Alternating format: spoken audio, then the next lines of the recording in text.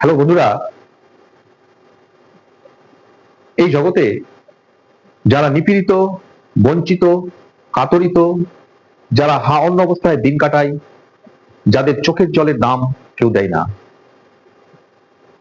সেই সমস্ত মানুষকে অন্তত শিক্ষিত সমাজ একটু গুরুত্ব দেবেন, তাদের একটু ভালোবাসা দেবেন, তাদের মনের কথাকে একটু বুঝবেন, বুঝার চেষ্টা করবেন, আপনার সামর্থ্যের মধ্যে হলে একটু সহযোগিতা করবেন।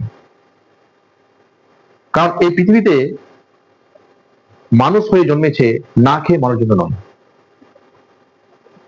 সেই সমস্ত মানুষকে আমরা যদি একটু ভালোবাসা দিই, একটু যদি আমরা তাদের কদর করি, তাহলে তাদের জীবনটা একটু সুন্দর হয়। আমরা যেমন মানুষ, উনি তেমনটাই মানুষ। আমাদের যেমন ভালোভাবে থাকার, পড়ার, খাওয়ার ইচ্ছে করে, সেম ওদেরও করে, কিন্তু ওদের তো অর্থ নেই, কিন্তু ওদের মন রয়েছে, তাদের ইচ্ছে রয়েছে, কিন্তু ইচ্ছেগুলো যেন ইচ্ছে হয়েই থেকে যাচ্ছে।